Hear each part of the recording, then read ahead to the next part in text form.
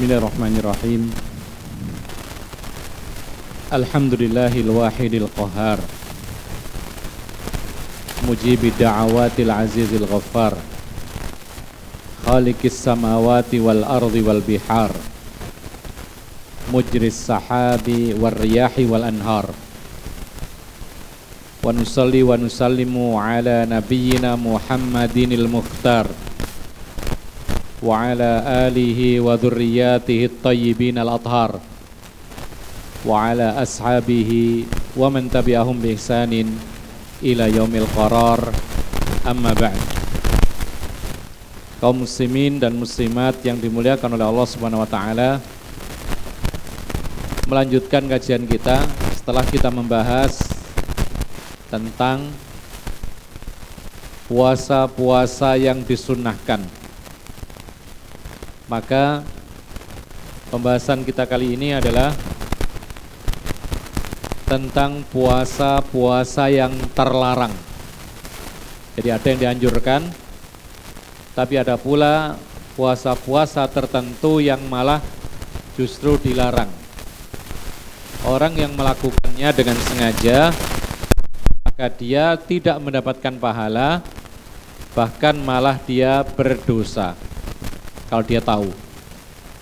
Dan ini menunjukkan kepada kita bahwa beragama Islam itu tidak sesuka hatinya, tapi harus mengikuti apa yang telah digariskan oleh Allah Subhanahu wa ta'ala. Dalam semua ibadah itu ada aturannya, ada perintah, diperintahkan. Kadang-kadang suatu ketika sholat itu dilarang. Ada nggak sholat yang dilarang? Ada contohnya? Ya. Apa misalnya? Contoh sholat yang dilarang. Apa? Sholat ketika matahari terbit, dan sholat ketika matahari tenggelam, dan sholat ketika matahari pas di atas kepala. Ada lagi sholat dilarang berkaitan dengan tempat. Apa itu? Sholat di kuburan. Ada larangannya? Ya. Atau sholat tanpa bersuci. Demikian pula puasa, ada puasa-puasa yang terlarang. Jadi tidak bisa. Ini menunjukkan kepada kita bahwasanya kita ini harus menuntut dalil setiap amalan yang kita amalkan. Tidak cukup kita mengatakan yang penting niatnya baik. Karena niat yang baik itu tidak cukup membuat ibadah kita sah dan diterima oleh Allah, kecuali disertai dengan kesesuaian ibadah kita dengan petunjuk Rasulullah SAW. Yang pertama, yaitu larangan seorang wanita berpuasa sunnah ketika suaminya ada di rumah, kecuali telah mendapatkan izin. Rasulullah SAW bersabda, la yahillu lil mar'ati antasum wa zawjuha syahidun illa bi'idznih. Muttafaqun alaih. Rasulullah SAW mengatakan tidak halal. Kalau tidak halal berarti ya haram. Kita katakan babi tidak halal berarti haram. Ya. Khamar tidak halal berarti haram. Demikian pula tidak halal bagi seorang wanita untuk berpuasa, maksudnya puasa sunnah, karena kalau Ramadan tidak pakai izin suami. Ya. Sementara suaminya ada di rumah, kecuali mendapatkan izin dari suaminya. Hadis ini muttafaqun alaih, disepakati oleh Bukhari Muslim. Wal lafdzu lil Bukhari, lafadznya adalah lafadz Bukhari. Zada Abu Dawud ghaira Ramadan. Ada tambahan riwayat dari Abu Dawud, kecuali Ramadan maka tidak harus minta izin kepada suami, bahkan wajib berpuasa wanita di bulan Ramadan meskipun suaminya di rumah. Meskipun seandainya suaminya di rumah tidak puasa Ramadan. Mungkin nggak suami di rumah tidak puasa Ramadan? Mungkin? Kenapa? Hah? Sakit, ya kan? Atau datang safar masih ada waktu sebelum maghrib, mendapati istrinya sedang puasa, ya. Mohon maaf ya, suami kadang ingin mengumpuli istrinya, boleh nggak? Keinginannya boleh, tapi tidak boleh menjadikan istrinya batal puasa karena sedang puasa Ramadan. Ikhwana fiddin azakumullah. Hadis ini menunjukkan kepada kita bahwasanya demikianlah hak suami sangat besar terhadap istrinya. Ya. Bahkan hak suami itu lebih besar terhadap istrinya dibandingkan yaitu hak istri kepada orang tuanya. Apa artinya di sini? Andaikan bertolak belakang antara taat suami dengan taat orang tua. Bicara kita masalah wanita yang sudah menjadi istri. Maka ketika bertolak belakang antara mentaati suami atau mentaati orang tua, ya, maka yang didulukan mana? Hah? Suami. Kenapa demikian?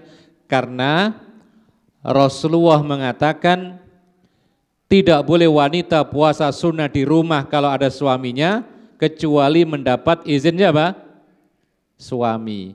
Rasulullah tidak mengatakan kecuali dapat izin orang tuanya. Jadi meskipun orang tuanya mengizinkan, silahkan kamu puasa banyak-banyak, tapi suami mengatakan tidak boleh, maka tetap yang ditaati adalah sang suami. Ikhwana fiddin azakumullah. Oleh karena itu, ini merupakan salah satu pembelajaran bagi kita orang tua atau calon orang tua atau orang tua yang akan memiliki menantu, terutama orang tua yang punya anak perempuan. Ya, ini biasa masalah. Ketika punya anak perempuan, kemudian apa? Kemudian ketika anaknya menikah, tidak ada perjanjian sebelumnya. Lalu orang tua mengatakan, wahai putriku, kamu harus tinggal di rumah ini. Ya. Sementara suami menghendaki kamu tinggal sama saya. Kira-kira mana yang ditaati? Suami.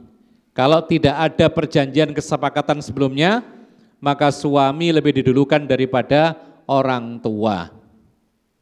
Ya.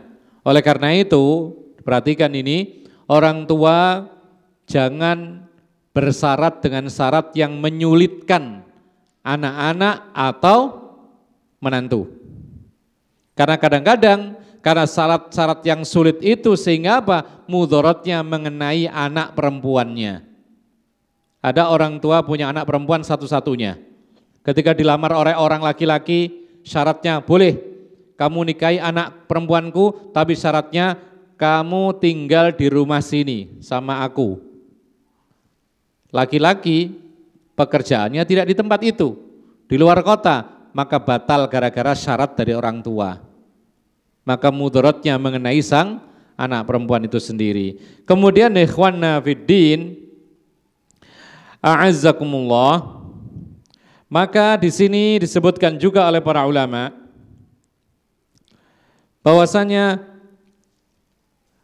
ketika Rasulullah mengatakan tidak halal, maka hukumnya haram. Wanita yang sengaja puasa tanpa izin suaminya, puasanya puasa sunnah, padahal suami ada di rumah, maka paham kebalikannya, boleh bagi wanita untuk berpuasa sunnah kalau suaminya tidak di rumah. Betul enggak? Betul. Karena maksud daripada minta izin suami supaya dia bisa sempurna berkhidmat kepada suaminya. Jadi kalau suami tidak ada di rumah, bebas berpuasa. Ya, puasa sunnah maksudnya. Kemudian, atau kalau suami mengizinkan, maka si istri boleh berpuasa. Sekarang kita kembalikan kepada laki-laki. Kalau perempuan atau istri kita mau puasa sunnah, sebaiknya diizinkan atau enggak? Hah? Antum laki-laki, punya istri. Istrinya minta izin, "Mas, saya besok puasa Senin ya." Antum izinkan atau enggak? Antum pas libur pekerjaan di rumah. Diizinkan enggak? Tidak. Diizinkan atau tidak? Itu haknya antum. Antum sebagai laki-laki tahu kondisi. Ya. Tahu kondisi. Tidak ada keterangan lebih baik diizinkan atau lebih baik tidak diizinkan. Itu haknya laki-laki. Tapi tidak sepatutnya laki-laki melarang istrinya puasa sunnah tanpa ada alasan yang jelas. Tapi kalau punya alasan, ya silakan. Alasannya apa? Terserah. Yang penting ada alasan. Dan sang istri ketika dilarang untuk berpuasa sunnah, maka dia haram hukumnya melakukan yang sunnah tadi. Taib, ada sebuah kaidah yang disebutkan oleh para ulama, idza tazahamal wajibu wal mustahab quddimal wajibi 'alal mustahab. Al wajib 'alal mustahab. Kalau berbenturan antara wajib dengan sunnah, maka yang harus dikedepankan adalah yang wajib. Prakteknya adalah khidmat kepada suami adalah wajib, puasa sunnahnya adalah sunnah. Ketika berbenturan, maka yang didahulukan adalah berkhidmat kepada suami karena itu hukumnya wajib. Ya. Dan ini berlaku, kaidah ini berlaku dalam semua perkara. Kalau ada dua perkara, satu wajib, satu sunnah, berbenturan, maka yang dijaga, yang didulukan adalah yang wajib. Kalau berbenturan. Kalau enggak berbenturan, ya jangan dibentur-benturkan, amalkan semuanya. Ya. Misal, berkhidmat kepada suami wajib, tapi suami tidak melarang untuk puasa, ya silakan berkhidmat kepada suami, ya puasa sunnah, tidak ada masalah. Tapi kalau bertolak belakang, berbenturan, berkaitan nanti akan terkurangi haknya sang suami, maka tidak usah puasa dulu. Demi menjaga apa? Kewajiban terpenuhi. Ikhwan fillah azakumullah. Banyak contoh yang disebutkan. Contohnya, ini terjadi ketika orang-orang sedang tawaf atau pas haji, ya, mereka berusaha sekuat tenaga untuk berhasil mencium Hajar Aswad. Pernah dengar antum? Bahkan antum melihat tayangan di video-video itu sampai orang itu menyiksa dirinya sendiri. Bahkan ada yang sampai kemudian dipukul, ada yang ditarik, yang zalim menyikut dan seterusnya. Bahkan di situ saat itu kadang-kadang terjadi sentuhan laki perempuan yang bukan mahram. Padahal ini haram. Ya. Atau paling tidak dia akan apa? Berusaha menyingkirkan orang dengan kekuatannya. Artinya apa? Menyakiti orang. Tidak menghormati orang lain.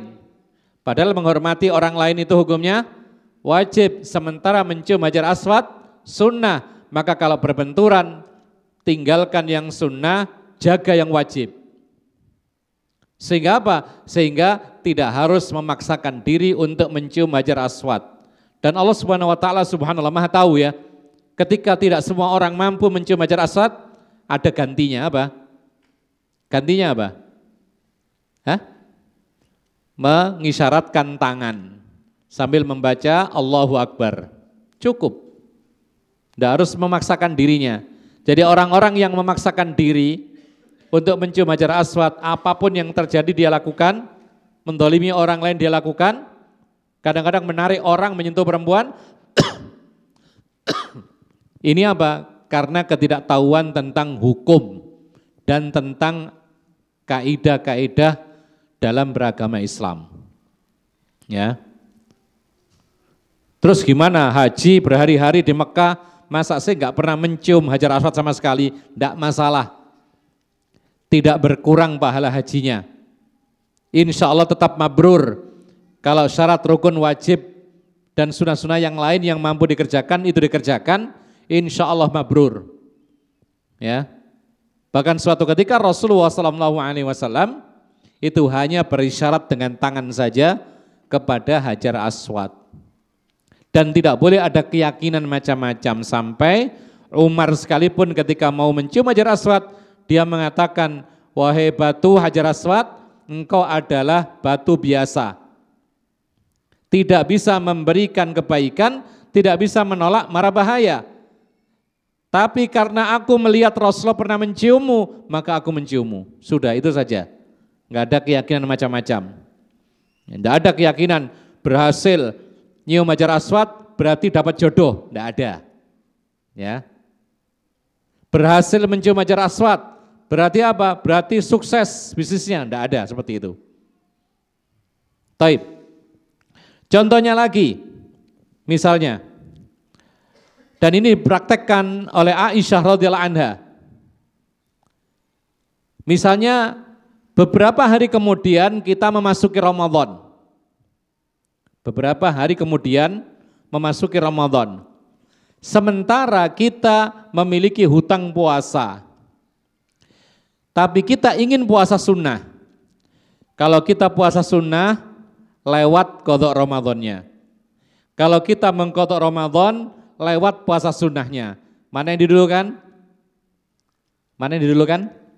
Mengqadha Ramadan karena itu wajib dan waktunya sempit. Demikian pula dalam sebuah hadis, ketika orang masuk masjid, dianjurkan apa? Masuk masjid dianjurkan?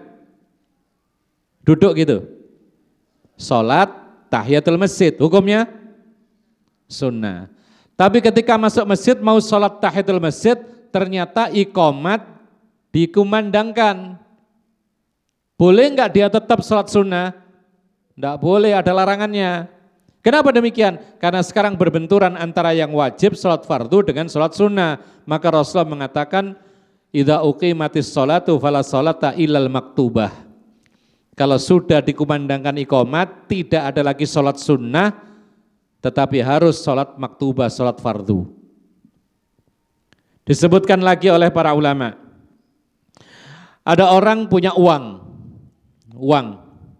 ya, tetangganya butuh, anaknya juga butuh, dan uangnya ini tidak bisa dibagi dua, sama-sama butuh. Mana yang didulukan? Anak dulu atau tetangga dulu? Anak dulu, karena menafkahi anak itu wajib, sementara memberi sedekah kepada tetangga itu hukumnya sunnah. Ma'asyiral muslimin rahimakumullah.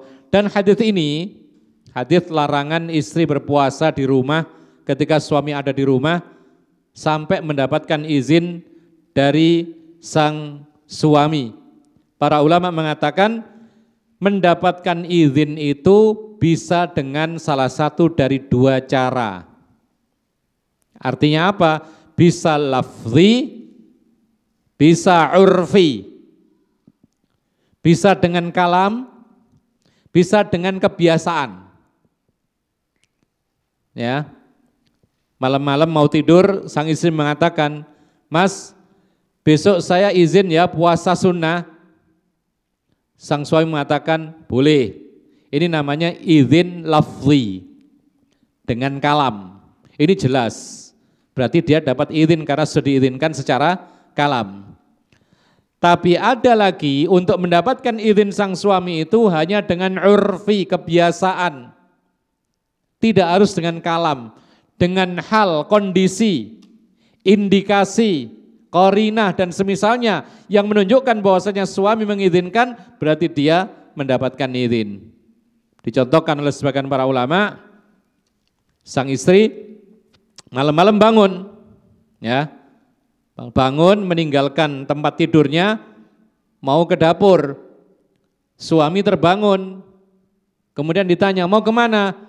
Mau sahur, suami tidur lagi. Dia tidak mengatakan silahkan, dia tidak mengatakan saya izinkan. Berarti diizinkan enggak seperti ini? Diizinkan. Kalau tidak mengizinkan dia akan mengatakan jangan. Tapi diamnya dia Itu takrir, persetujuan. Apalagi ditambahi senyum, ya kan? Senyum yang menunjukkan keridhaan. Ya, tapi kalau melotot gitu, Mas, saya mau sahur, melotot dia. Nah, melototnya ini indikasi dia tidak menyetujui, berarti jangan puasa. Atau misalnya malam-malam sang istri minta antar, Mas tolong antarkan ke pasar. Ngapain? Beli bahan untuk besok sahur. Enggak ngomong saya minta izin ya, enggak. Suami nganterkan. Kemudian selesai. Sudah mendapatkan izin. Karena suami mengantarkan istrinya belanja untuk keperluan sahur, itu menunjukkan dia meridhoi istrinya puasa. Atau misalnya tidak ngomong sama sekali. Malam-malam suami terbangun. Dilihat enggak ada istrinya. Dicari, oh ternyata di dapur sedang sahur. Kemudian suami senyum, balik lagi ke kamar. Enggak ada ngomong sama sekali. Maka ini pun juga termasuk salah satu bentuk izin yang didapatkan oleh istri secara urfi, kebiasaan. Ini boleh. Sama dengan ketika kita sehari-hari sholat, itu kan ada sebuah hadis. Jadi iqamat itu ada di tangan imam. Maksudnya apa? Sang muadzin itu tidak boleh iqamat kecuali dapat izin dari imam. Ini hukum asalnya. Tapi para ulama mengatakan mendapatkan izin dari imam itu bisa dengan salah satu dari dua cara. Secara lafadz misalnya imam datang, dia mengatakan ayo iqamat, berarti diizin. Atau kebiasaan seperti yang terjadi pada zaman Rasulullah itu ketika keluar dari rumahnya masuk masjid lalu Bilal berdiri iqamat tanpa minta izin, tapi Rasulullah diam. Ini pun juga termasuk sudah mendapatkan izin dari sang imam. Jadi tidak harus ngomong minta izin, saya minta izin ya qomat, tidak usah, tidak harus.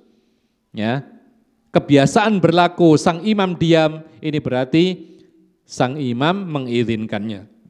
Ikhwana fiddin azakumullah. Tadi kita sebutkan bahwasanya larangan wanita berpuasa sunnah ketika suami di rumah kecuali dapat izinnya, ini menunjukkan atau mengisyaratkan bahwasanya sang istri itu dianjurkan, disyariatkan untuk melayani suami dalam urusan rumah tangga. Sekarang pertanyaannya ya, apa hukum istri melayani atau berkhidmat kepada suaminya? Apa hukumnya kira-kira? Apakah wajib atau sunnah atau makruh atau malah haram? Tidak mungkin kalau haram ya. Kira-kira apa hukumnya? Wajib atau sunnah? Taib. Pertama, semua ulama mengatakan bahwa termasuk kebaikan istri adalah berkhidmat melayani sang suami.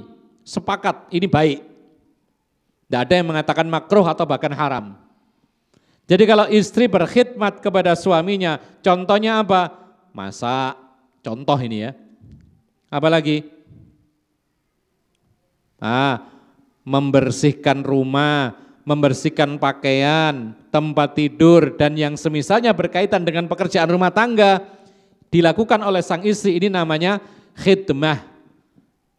Istri melayani suami. Terutama yang paling sering disebutkan oleh para ulama itu adalah at-tabkhu, memasak. Ya.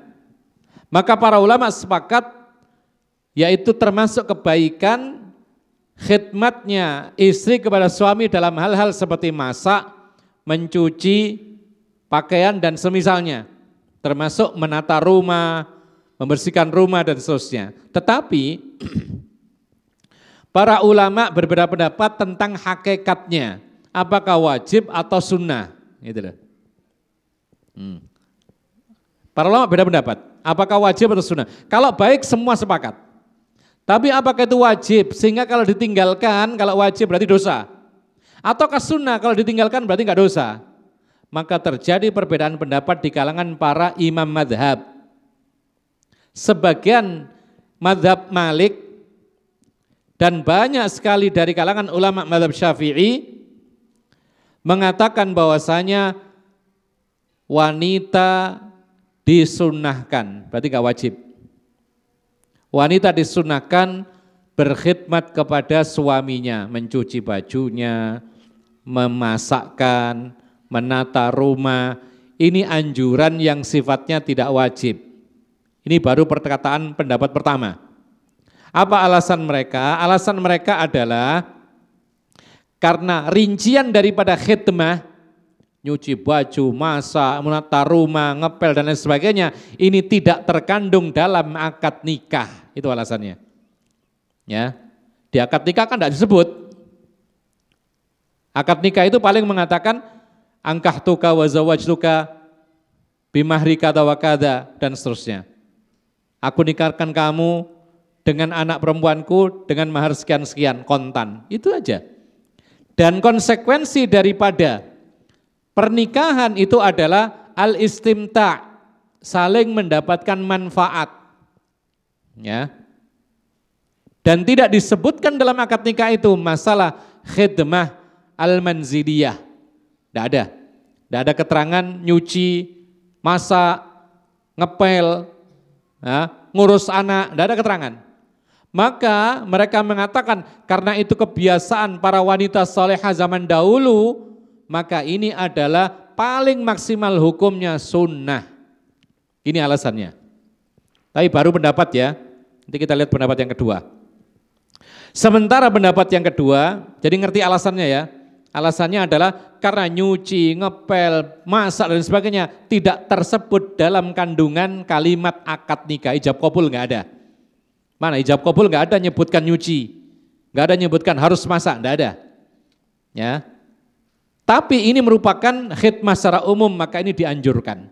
Nah, pendapat yang kedua dan ini adalah pendapat banyak dari kalangan ulama mazhab Malikiyah dan sebagian ulama mazhab Syafi'i mengatakan bahwa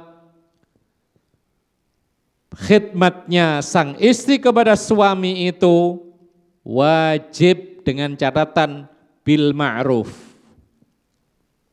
Ya. Jadi kalau misalkan kita bicara masak, kalau memang itu ma'ruf di tempat itu maka ini wajib. Tapi kalau tidak ma'ruf, misal tidak ma'ruf bagaimana? Di tempat itu biasanya atau kondisi orang seperti ini, keluarga seperti ini, itu biasanya nyari pembantu. Ya, berarti kondisi seperti ini tidak ma'ruf sang istri harus masak, maka tidak wajib. Tapi kalau di suatu tempat kondisi ekonomi keluarga seperti ini, biasanya istri masak sendiri, maka berarti ini adalah ma'ruf. Maka istri wajib memasak untuk suaminya. Ya. Taib.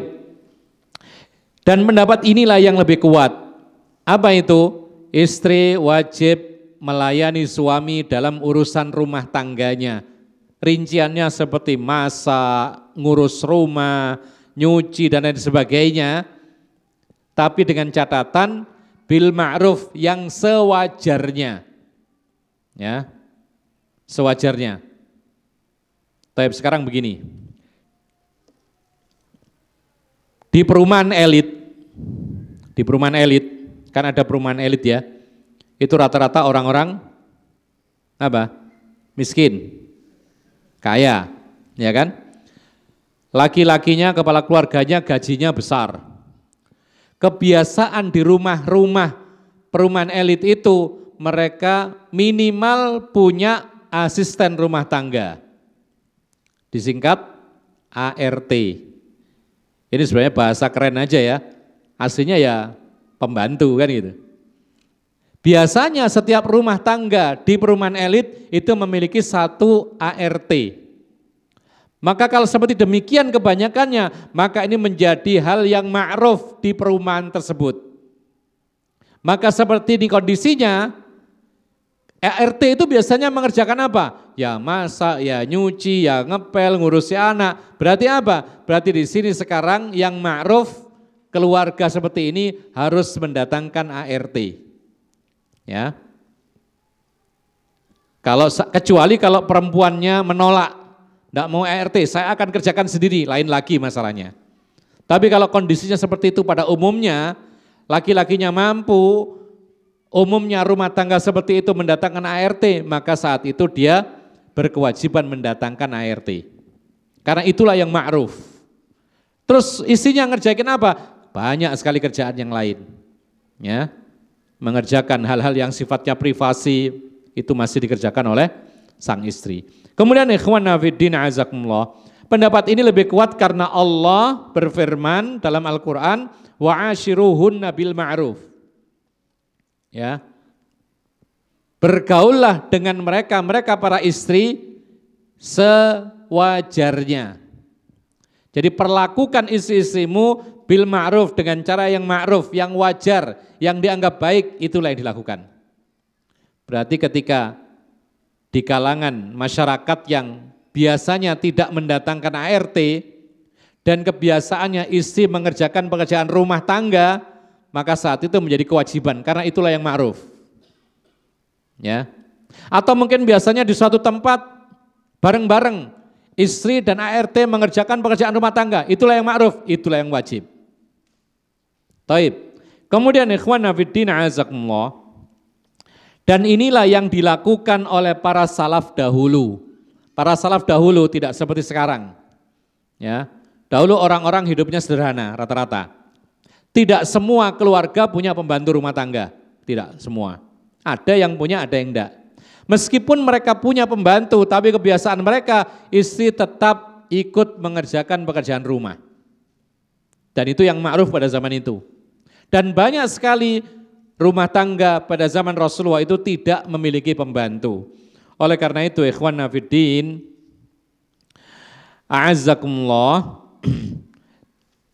para ulama juga mengatakan ada sebuah kisah terjadi pada Ali bin Abi Thalib bersama istrinya Fatimah. Dan Fatimah ini adalah putrinya Rasulullah SAW. Mereka berdua datang kepada Nabi SAW minta pembantu. Ya, saat itu orang-orang yang punya pembantu hanya orang-orang yang dianggap berkecukupan. Sementara Ali hidupnya sederhana, bahkan sebagian para ulama mengatakan miskin. Sampai ketika menikah itu tidak punya apa-apa. Ditanya oleh Rasulullah, aina dir'uka al-khutamiyah. Terus mana baju perangmu dulu yang al-khutami itu, yang bagus dulu itu. Maka kemudian diberikanlah mahar baju perang, tidak punya harta kecuali hal itu. Nah, Ali adalah orang yang sederhana atau bahkan miskin. Bersama istrinya, pekerjaan rumah tangganya dikerjakan istrinya semuanya. Lalu datang kepada Rasulullah minta pembantu, Rasulullah tidak kasih karena tidak punya pembantu. Tapi Rasulullah SAW mengatakan, aku kasih tahu kamu sesuatu yang lebih baik daripada punya pembantu. Apa itu? Rasulullah mengatakan, bertasbihlah sebelum tidur 33 kali. Ucapkan alhamdulillah 33 kali sebelum tidur dan bertakbirlah 34 kali, 100 semuanya. 33, 33, 34. Kemudian apa? Kemudian qala Ali fama taraktuha ba'du muttafaqun alaih. Ali mengatakan setelah diajarkan demikian oleh Rasulullah, maka aku pun ikut melaksanakan zikir ini setelah itu sampai beliau wafat. Jadi sebelum tidur berzikir. Dan itu dilakukan oleh Fatimah. Dan setelah itu tidak ada keluhan sama sekali. Dan subhanallah para ulama mengatakan ini menunjukkan kepada kita zikir itu ternyata tidak hanya menguatkan psikis, tapi juga menguatkan fisik. Ketika dia berzikir, maka mentalnya jadi bagus, kemudian pekerjaan pun dimudahkan oleh Allah Subhanahu wa taala. Fisiknya pun juga menjadi bagus. Setelah itu tidak ada satupun riwayat bahwasanya kemudian Ali bin Abi Thalib, Fatimah kemudian merasa kelelahan, ya, merasa capek, tidak ada. Maka mereka bersemangat dalam menjalani kehidupan. Bahkan dalam suatu riwayat disebutkan wa fi yadiha ma talqa minar raha. Ketika datang kepada Rasulullah Fatimah ini, ya, dia perlihatkan tangannya itu ada bekas, yaitu menggiling tepung. Jadi menggiling tepung begini, itu sampai membekas, ya, luka atau ngapal atau seperti itu karena bekas pekerjaan di rumah sehari-hari. Padahal itu adalah seorang ibu rumah tangga, putrinya Rasulullah, istrinya Ali bin Abi Thalib. Dia kerjakan sendiri pekerjaan-pekerjaan di rumah tangganya. Kemudian ikhwan fiddin azza, ini menguatkan bahwasanya sejak zaman dahulu wanita itu berkhidmat kepada suaminya, mengerjakan pekerjaan rumah tangganya. Kemudian di kejadian yang lain dalam riwayat Tirmidzi, Aisyah menceritakan bahwa Rasulullah SAW datang menemui beliau, ya. Sementara Aisyah radhiyallahu anha berada di dapurnya, di tempat masaknya. Lalu Rasulullah SAW mengatakan, apa ada makan siang? Apa artinya? Rasulullah meminta makan kepada istrinya. Berarti yang masak siapa? Istrinya. Kemudian Aisyah mengatakan, la, tidak ada wahai Rasulullah. Enggak ada. Jadi makan siang, waktunya makan siang, Rasulullah nyari makanan ke istri, berarti kan biasanya begitu. Ternyata enggak ada makanan, ya. Maka Rasulullah tidak marah.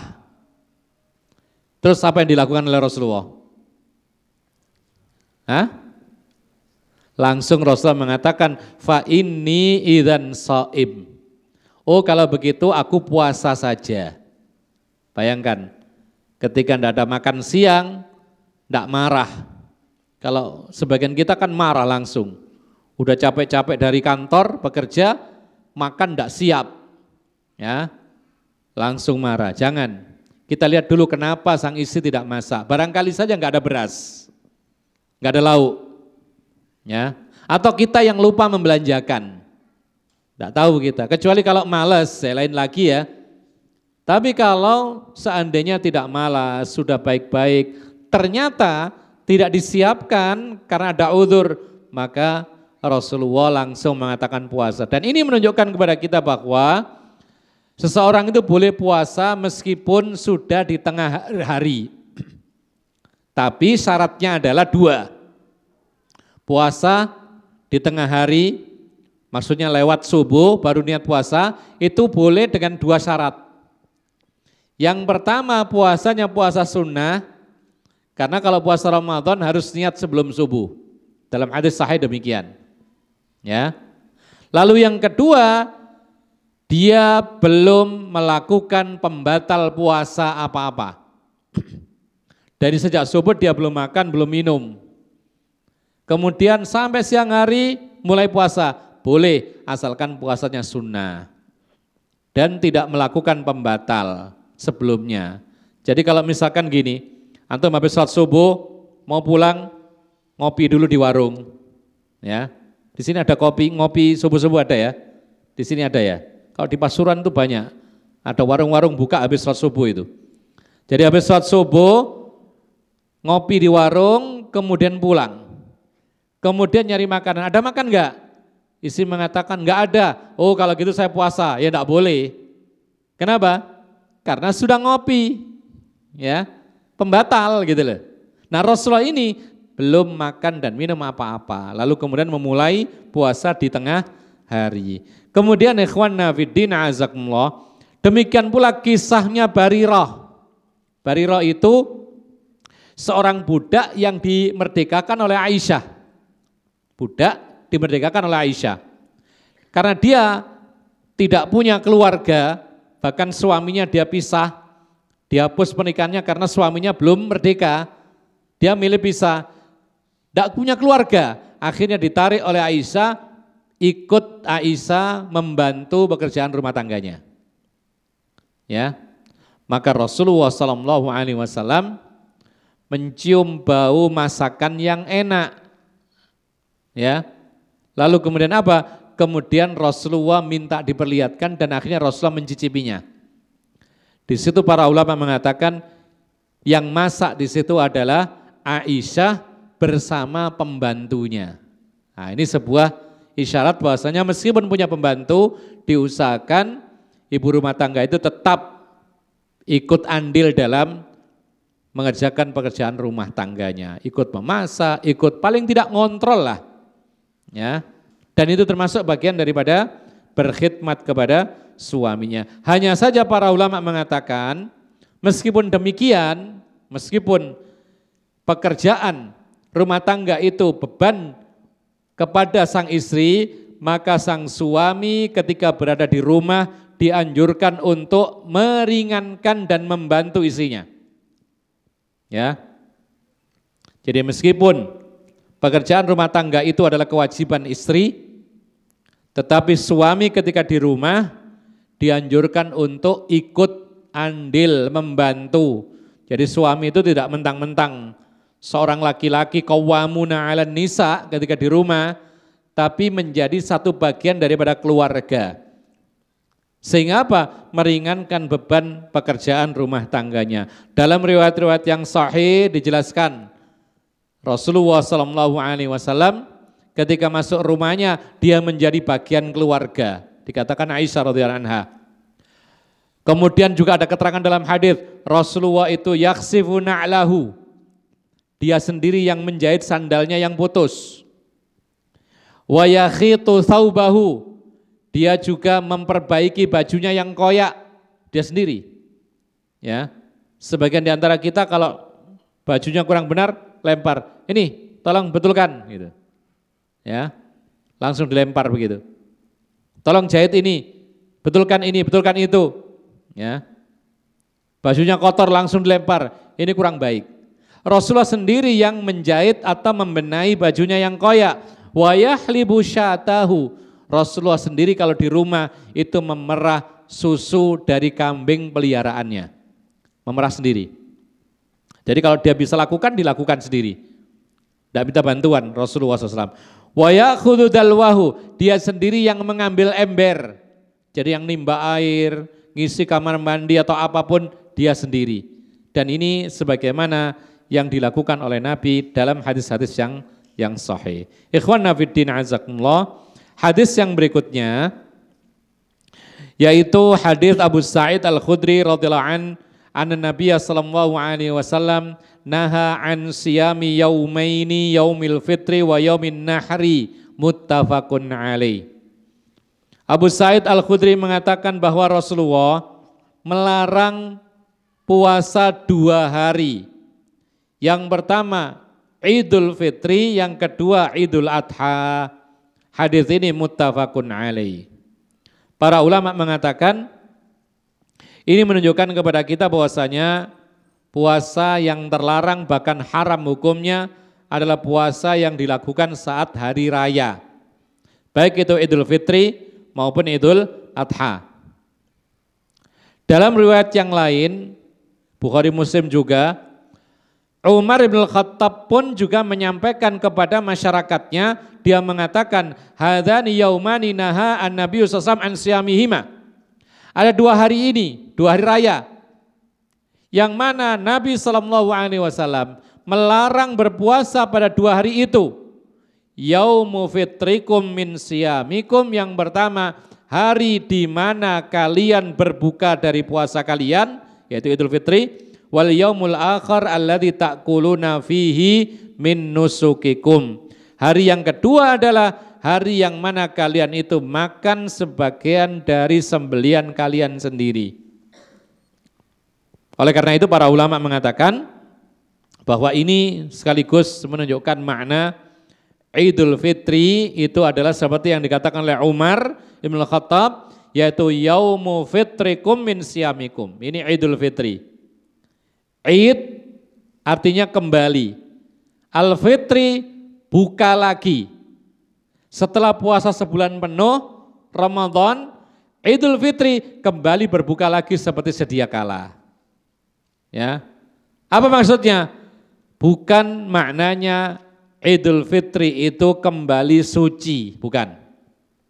Karena kalau kembali suci mestinya Idul Fitrah. Tapi yang benar Idul Fitri, kembali berbuka setelah puasa sebulan penuh. Demikian pula Idul Adha, ya. Idul Adha itu adalah hari raya ketika manusia berkurban pada saat waktu duha. Ya. Dan dua-dua hari ini dikenal oleh Nabi SAW, dikenalkan oleh Nabi kepada kita, itu adalah hari-hari makan dan minum. Apa maksudnya di sini? Hari-hari yang lain kan boleh makan dan minum. Pengkhususan 2 hari ini untuk hari makan dan minum menunjukkan bahwasanya 2 hari raya ini adalah dipersilakan kita memberikan keluasan kepada diri kita dan keluarga kita dalam urusan perkara-perkara halal, baik itu makan, minum ataupun yang lain.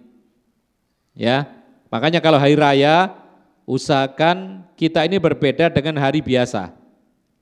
Apa itu?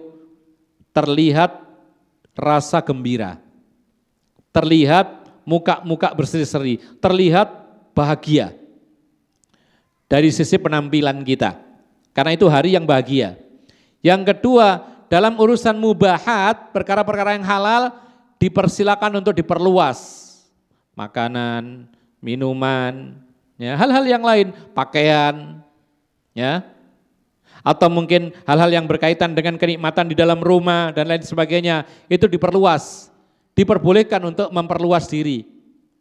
Makanan misalnya hari raya ya, jangan sampai hari raya seperti hari-hari biasa makan tempe tahu terus. Ketika hari raya karena disebut oleh Nabi SAW yaum aklin wa syubrin, hari-hari makan dan minum, silakan diperbanyak, diperluas. Maka sekali-sekali hari raya itu makanan yang enak, makan daging. Anak-anak mungkin pengen apa misalnya? Hah? Anak-anak pengen beli apa namanya yang di TV-TV itu loh. Apa? Makan makanan orang sekarang itu loh. Pengen itu misalnya, kasih, tidak masalah. Sebagai ungkapan rasa bahagia dan memberi keluasan kepada keluarga dalam perkara-perkara yang halal. Hadis berikutnya. Wa an Nubaisyah al-Hudali. Semoga Allah meridhoinya, beliau mengatakan, qala Rasulullah sallallahu alaihi wasallam ayyamut tasyriqi ayyamu aklin wa syurbin wa dzikrillahi azza wa jalla. Rawahu Muslim. Wa an Aisyah wa Ibnu Umar radhiyallahu anhum qala lam yurakhas fi ayyamit tasyriq an yusamna illa liman lam yajidil hadiya. Rawahul Bukhari. Artinya dari Nubaisyah berkata, Rasulullah SAW bersabda, hari-hari tasyrik itu adalah hari-hari makan dan minum dan mengingat Allah, riwayat Muslim. Lalu dari Aisyah dan Ibnu Umar, beliau mengatakan berdua, tidak diberi keringanan untuk berpuasa di hari-hari tasyrik kecuali bagi orang haji yang tidak mendapati sembelihan. Artinya diganti dengan puasa di hari tasyrik. Hadis ini riwayat Bukhari. 2 hadis ini digabungkan, yaitu ada larangan berpuasa, di antara larangan berpuasa adalah pada hari-hari tasyrik. Tanggal berapa? 15? 16? 11, 12 dan 13 bulan. Setiap bulan atau ada bulan tertentu? Bulan Dzulhijjah, setelah menyembelih kurban itu loh. Hari kedua, ketiga dan keempat itu hari tasyrik.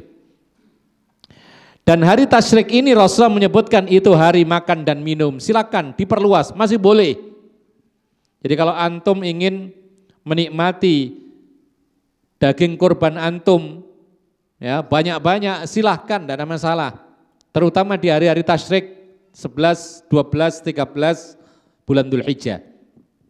Karena Nabi menyebut itu hari-hari makan dan minum. Tapi tetap mengingat Allah gitu loh. Jadi antum pesta makan daging misalnya. Bahkan dulu pernah kami ceritakan ya, ada orang yang jarang sekali makan daging. Ya, karena mungkin tidak punya, tidak bisa beli daging. Ketika korban itu dapat bagian daging banyak, karena memang di kampungnya banyak orang berkorban. Maka selama 3 hari 3 malam dia makan daging tanpa nasi. Ada seperti itu modelnya. Boleh nggak seperti ini? Boleh. Karena memang hari-hari itu hari-hari makan dan minum. Nah, Ketika hari-hari itu adalah hari-hari diperbolehkan untuk memperluas kehalalan makan minum, maka Rasulullah melarang puasa hari tersebut. Kecuali bagi jamaah haji ya, yang semestinya menyembelih tapi tidak punya uang untuk menyembelih, tidak bisa beli hewan, maka dia berpuasa. Thalathatu ayamin fil haji wa sab'atin idza raja'tum. Kewajibannya 10 hari. 3 hari saat haji, 7 harinya di rumah. Saat haji di sini maksudnya apa? Ketika hari tasyrik dibolehkan. Tapi kita yang tidak sedang berhaji, maka dilarang puasa hari tasyrik. Apa sih hari tasyrik itu? Maknanya tasyrik itu diambil dari kata syarraqa yusyarriku. Artinya menjemur. Hari-hari tasyrik, kenapa dinamai tasyrik? Hari-hari kaum muslimin menjemur daging kurbannya. Ya. Menjemur, jadi diiris tipis-tipis gitu, digelar, dijemur. Sehari kering, disimpan. Belum lagi kering, 2 hari, 3 hari disimpan. Maka hari itu dinamai hari tasyrik, hari menjemur daging kurban. Ya. Itu dilarang untuk berpuasa. Hanya saja mayoritas para ulama mengatakan hukumnya makruh. Kenapa demikian? Andaikan haram maka mestinya enggak boleh secara total. Tapi kan ada rukhsah keringanan bagi orang yang berhaji yang tidak mendapati sembelian, dia boleh berpuasa. Kemudian ikhwan nafiddin azakumullah, berikutnya dari Abu Hurairah semoga Allah meridainya. Beliau mengatakan dari Nabi SAW, la takhussu lailatal jum'ati biqiyamin min bainil layali. Jangan kamu khususkan malam Jumat untuk qiyamul lail padahal malam yang lain tidak. Tidak boleh. Wala takhussu yaumal jum'ati bisiyamin min bainil ayyam. Dan jangan kamu khususkan hari Jumat itu untuk puasa padahal hari lain tidak. Illa an yakuna fi saumin yasumuhu ahadukum. Kecuali kalau memang biasanya puasa bertepatan dengan Jumat. Contohnya apa? Puasa Daud. Ya. Atau puasa dalam sebulan 3 hari dicicil. Awal, tengah, akhir. Kok tengahnya pas Jumat sendirian? Tidak masalah. Karena kebiasaannya puasa. Atau misalnya kebetulan ya, hari Arafah jatuhnya hari Jumat, betul? Boleh nggak puasa? Sunnah. Atau misalnya sebelum Muharram pas hari Jumat puasa sunnah.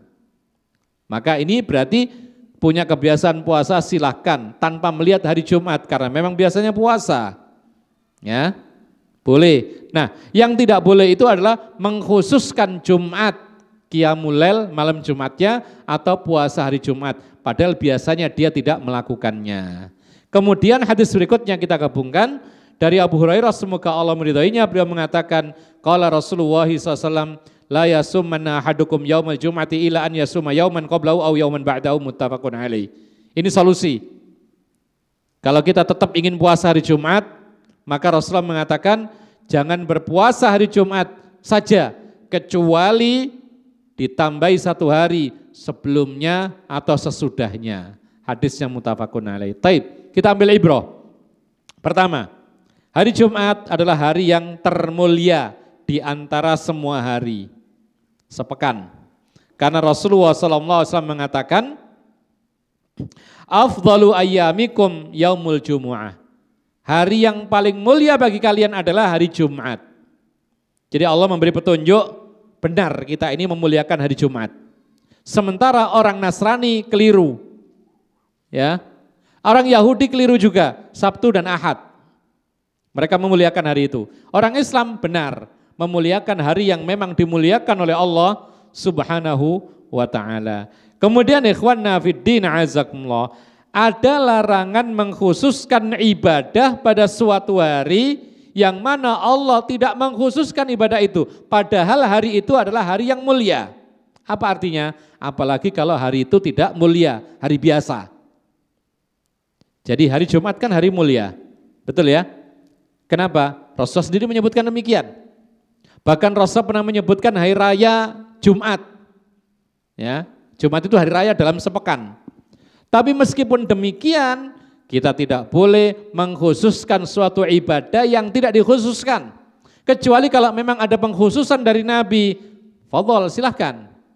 Apa contohnya pengkhususan ibadah di hari Jumat? Salat Jumat, khusus Jumat. Ya, apalagi? Hah? Apa? Itu ada masalah khilafiyah, ya, karena ada makna yang lain. Tapi yang sepakat saja.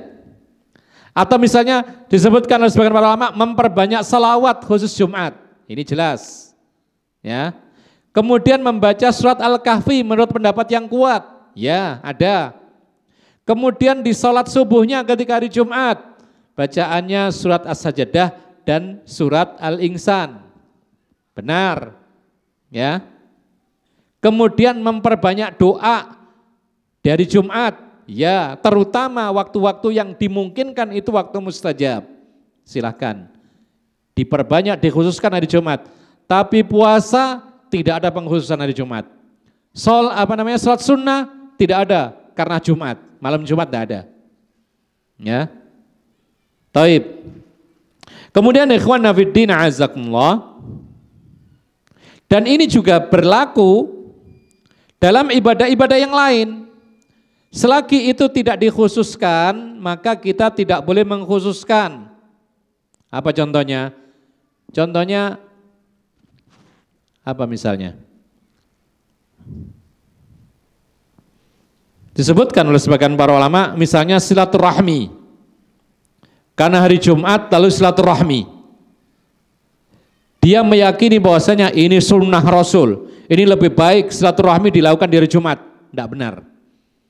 Karena ini mengkhususkan suatu ibadah yang tidak dikhususkan oleh syariat. 2, ziaratul kubur. Mengkhususkan ziaratul kubur di hari Jumat, maka ini termasuk dalam hadis ini, tidak boleh. Karena ziaratul kubur itu tidak ada pengkhususan hari dan waktunya. Bahkan Rasulullah pernah ziaratul kubur baqi di tengah malam. Nah, di tengah malam Aisyah terbangun, dicari Rasulullah nggak ada, hilang, dicari-cari nggak ada. Ternyata apa? Datang Rasulullah, ditanya dari mana? Dari Baqi, ziaratul kubur malam-malam. Ya, di kesempatan yang lain sama persis, Aisyah terbangun di malam hari, nggak ada Nabi, hilang, lampunya gelap. Ternyata apa? Dijumpai tangannya mendapati kedua kakinya Rasulullah dalam keadaan beliau sujud. Ini Rasulullah. Kalau kita hilang kemana?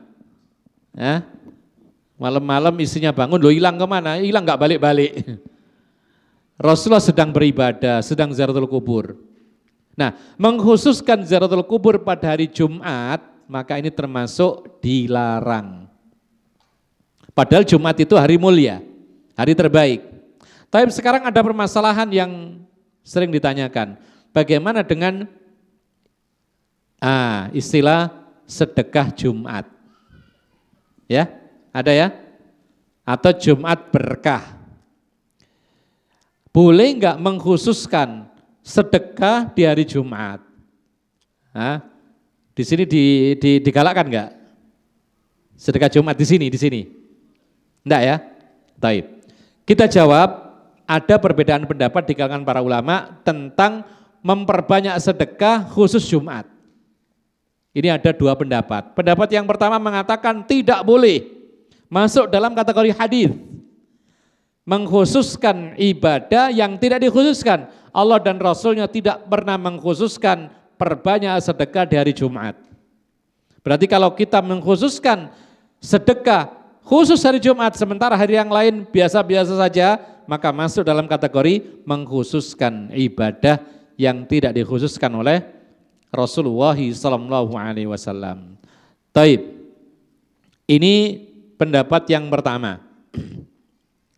Kemudian pendapat yang kedua mengatakan disyariatkan. Nah, ini 2 pendapat yang bertolak belakang.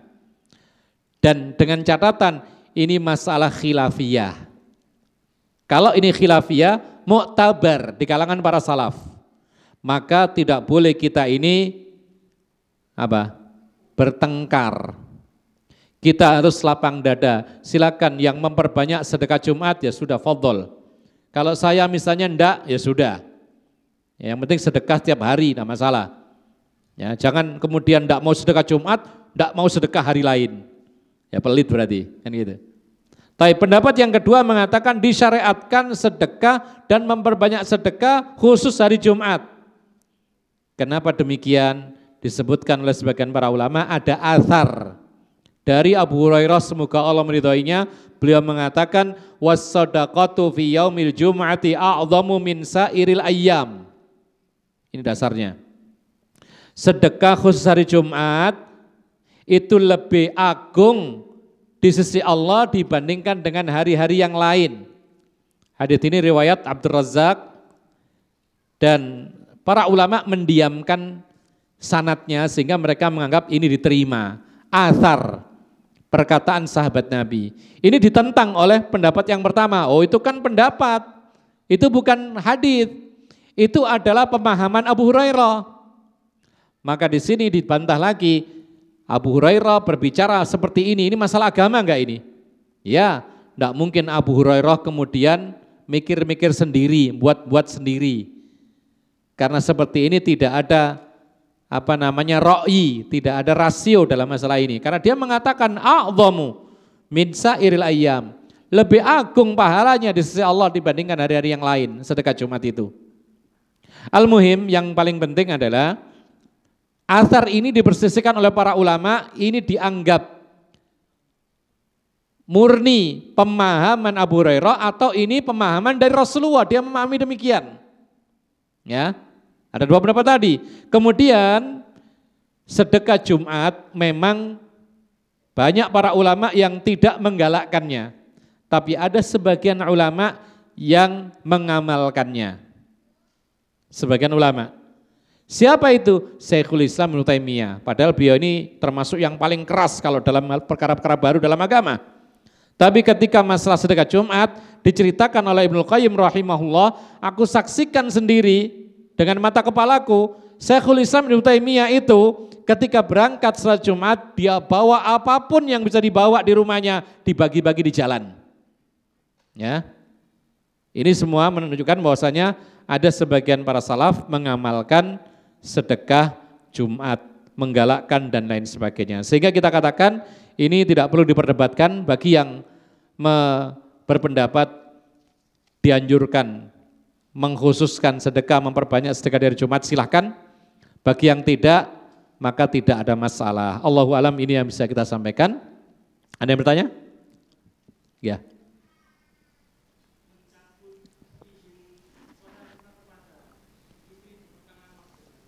Mencabut izin mencabut izin di tengah hari. Istri sudah puasa atau belum? Sedang puasa.